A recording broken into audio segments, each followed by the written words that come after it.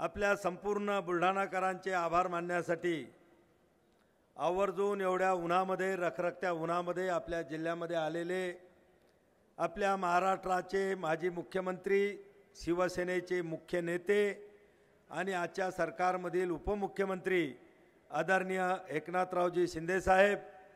व्यासपीठावर उपस्थित असलेले महाराष्ट्र मंत्रिमंडळातील ज्येष्ठ मंत्री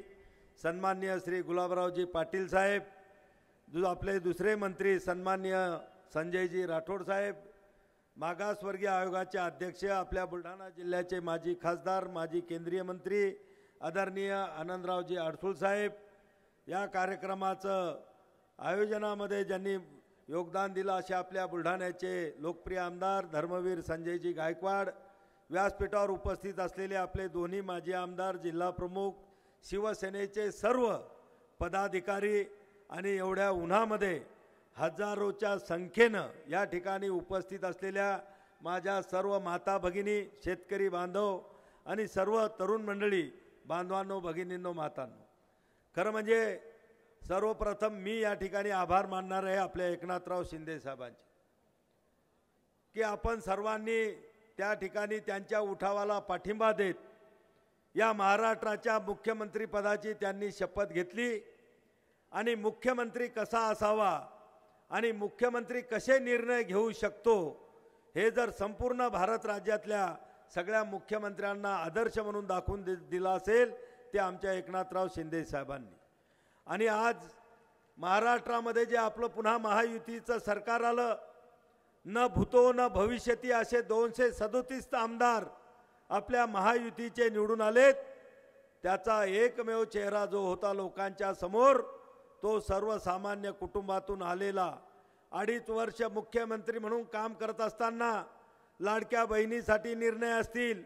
शेतकऱ्याच्या हिताचे निर्णय असतील, तरुणांना सहकार्याचे निर्णय असतील, ज्येष्ठ नागरिकांसाठी घेतलेले निर्णय असतील, समाजातल्या सर्व स्तरासाठी घेतलेल्या लोकांचे निर्णय असतील, ते लोकांपर्यंत पोचून त्याचं खऱ्या अर्थानं रूपांतर या 2024च्या विधानसभेच्या निवडणुकीमध्ये दिसलं। आज आपल्याला 237 आमदाराची जी मेजॉरिटी महाराष्ट्रामध्ये आली, खऱ्या अर्थानं त्याचं श्रेय एकनाथराव शिंदे साहेबाला जातं। आणि अगोदर आपल्या आमदार साहेबांनी या ठिकाणी सांगितलं, योजना,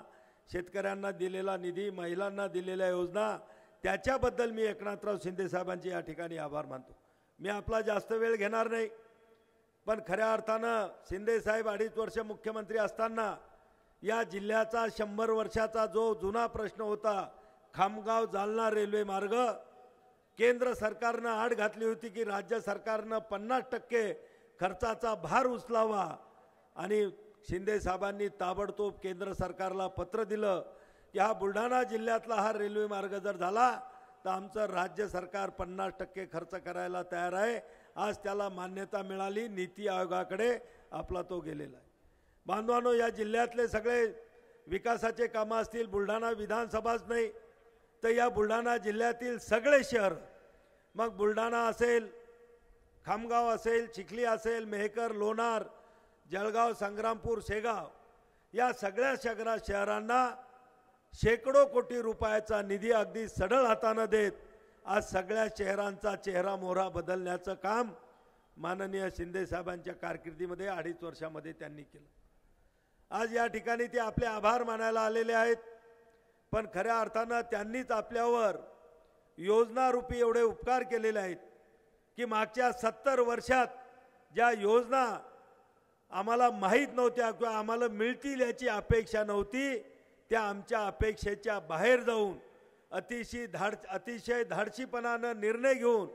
अनेक लोकहिताचे निर्णय या महाराष्ट्रामध्ये घेतले गेले। आणि नक्कीच मी इथं जास्त विषय घेणार नाही, पण आज एकनाथराव शिंदे साहेब विशेष करून आपले आभार मानायला आलेले आहेत। मला वाटते महाराष्ट्राच्या इतिहासातली ही पहिली घटना असेल की एखादा नेता निवडणुकी झाल्यानंतर ज्या मतदारांनी आपले लोकप्रतिनिधी निवडून दिलेत त्या मतदारांचे आभार मानायला येणारे हे पहिले एकमेव आपल्या शिवसेना पक्षाचे मुख्य नेते आणि आपले उपमुख्यमंत्री म्हणून आलेले आहेत। बांधवांनो, विषय बरेच आहेत, साहेब बोलणार आहेत, रखरखत ऊन आहे म्हणून मी आपला या ठिकाणी वेळ घेत नाही। आपण एवढ्या उन्हात रखरखत्या उन्हात जिल्हाभरातून या ठिकाणी आलात त्याबद्दल आपल्या सगळ्यांनाही मनापासून धन्यवाद देतो आणि थांबतो. जय हिंद, जय महाराष्ट्र.